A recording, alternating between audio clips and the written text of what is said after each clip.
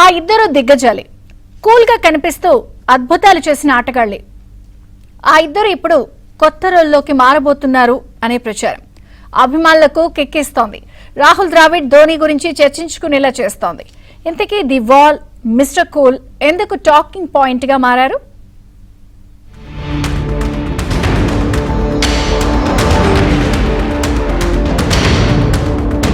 Format ఏదైనా కావచ్చు, విజయాలు సాధించాలంటే సరైన జట్టు ఉండాలి. ఆ జట్టును గైడ్ చేసేందుకు ఒక సూపర్ కోచ్ కావాలి.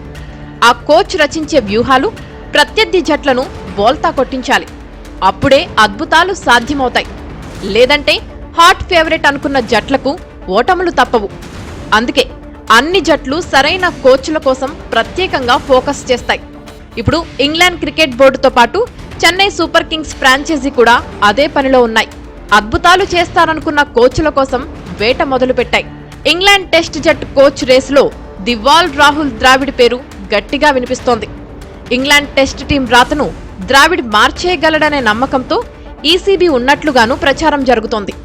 నిజానికి వైట్ బాల్ ఫార్మెట్లో ఇంగ్లాండ్ బలంగానే ఉంది. టెస్టుల్లోనూ బలమైన జట్టే. బజ్ బాల్ పేరుతో దూకుడు చూపించిన జట్టే. కానీ ఆ జట్టుకు సరైన ఫలితాలే రావడం లేదు. మొన్నటికి మొన్న స్వదేశంలో న్యూజిలాండ్ కూడా టెస్ట్ సిరీస్ ను కోల్పోయింది. యాసెష్లోనూ హ్యాండ్సప్ అనేసింది. ఒక్కసారి కూడా వరల్డ్ టెస్ట్ ఛాంపియన్షిప్ ఫైనల్ కు చేరలేదు. దీంతో హెడ్ కోచ్ బ్రెండన్ మెకల్లాపై విమర్శలు పెరిగాయి. ఆఫ్ ది ఫీల్డ్ వ్యవహారాలు కూడా బ్రెండన్ మెకల్లం టార్గెట్ అయ్యేలా చేశాయి.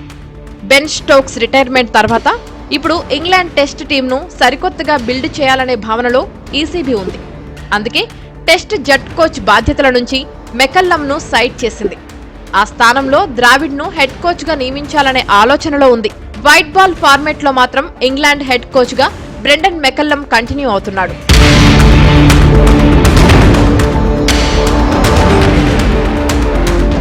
ద్రావిడ్ పై ఈసీబీ ఫోకస్ చేయడానికి చాలా కారణాలే ఉన్నాయి. కోచ్ గా ద్రావిడ్ కు ట్రాక్ రికార్డ్ బాగుంది. అండర్ 19 ఏ జట్ల తరపున మెరుగైన ఫలితాలను అందుకున్నాడు. 2018లో ద్రావిడ్ హయాంలోనే పృథ్వీ షా కెప్టెన్సీలోని అండర్ 19 జట్ వరల్డ్ ఛాంపియన్ గా నిలిచింది. ఆ తర్వాత భారత జట్టు తరపున హెడ్ కోచ్ గా తనదైన ముద్ర వేశాడు. 2024లో టీమిండియా T20 వరల్డ్ కప్ అందుకోవడంలో కీలకంగా నిలిచాడు. స్వదేశంలో జరిగిన గత వన్డే వరల్డ్ కప్ లోనూ టీమిండియా ఫైనల్ వరకు వెళ్లింది. ద్రావిడ్ హెడ్ కోచ్ గా ఉన్నప్పుడు భారత టెస్ట్ జట్ వరల్డ్ టెస్ట్ ఛాంపియన్షిప్ కు కూడా క్వాలిఫై అయింది. వివాదరహితుడుగాను ద్రావిడ్ కు పేరుంది. ప్లేయర్ల పొజిషన్స్, వ్యూహాలపై రాహుల్ కు క్లారిటీ ఉంటుందనే చర్చ ఉంది. గతంలో రాజస్థాన్ రాయల్స్ కు కోచ్ గా పనిచేశాడు. ఏ రకంగా చూసినా ఇంగ్లాండ్ టెస్ట్ జట్ కు హెడ్ కోచ్ గా ద్రావిడ్ సరిపోతాడనే ఆలోచనలో ఈసీబీ ఉన్నట్లు ప్రచారం సాగుతోంది. అయితే ఒక్క టెస్ట్ ఫార్మెట్ లోనే కోచ్ గా ఉండేందుకు రాహుల్ కు కూడా అభ్యంతరం ఏమీ ఉండకపోవచ్చనే కామెంట్స్ వినిపిస్తున్నాయి. ఎందుకంటే గతంలో భారత జట్టుకు హెడ్ కోచ్ గా కంటిన్యూ కావాలని కోరినా కుటుంబానికి సమయం కేటాయించాలనుకొని ఆ ఆఫర్ను తిరస్కరించాడు.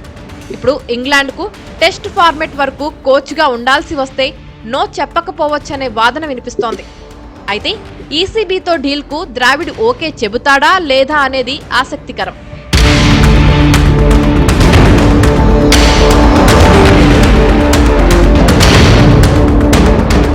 మరోవైపు ఐపీఎల్లోనూ వచ్చే సీజన్ పై ఫ్రాంచైజీలు ఫోకస్ చేశాయి. Chennai Super Kings franchise head coach Fleming తో బాండింగ్ ను బ్రేక్ చేసుకుంది. 2008 నుంచి సిఎస్కేతోనే ఫ్లెమింగ్ ట్రావెల్ అయ్యాడు. ఆరంభ సీజన్లో ప్లేయర్ గా బరిలో దిగాడు. ఆ తర్వాత కోచ్ అయ్యాడు. అయితే కొన్ని సీజన్లుగా సిఎస్కే ఫ్లాప్ అవుతుంది. గత 3 సీజన్లో కనీసం ప్లే ఆఫ్స్ కు కూడా చేరలేకపోయింది. కెప్టెన్ గా ధోని ఉన్నంతకాలం సిఎస్కే ఎక్స్ట్రాడినరీ జట్టుగా కనిపించేది. 5 సార్లు ఛాంపియన్ గాను నిలిచింది. కానీ కెప్టెన్సీ నుంచి మహీ సైడ్ అయ్యాక సమస్యలు మొదలయ్యాయి. రుతురాజ్ గైక్వాడ్ సేనను విన్నింగ్ ట్రాక్ పై ఫ్లెమింగ్ పరిగెత్తించలేకపోయాడు.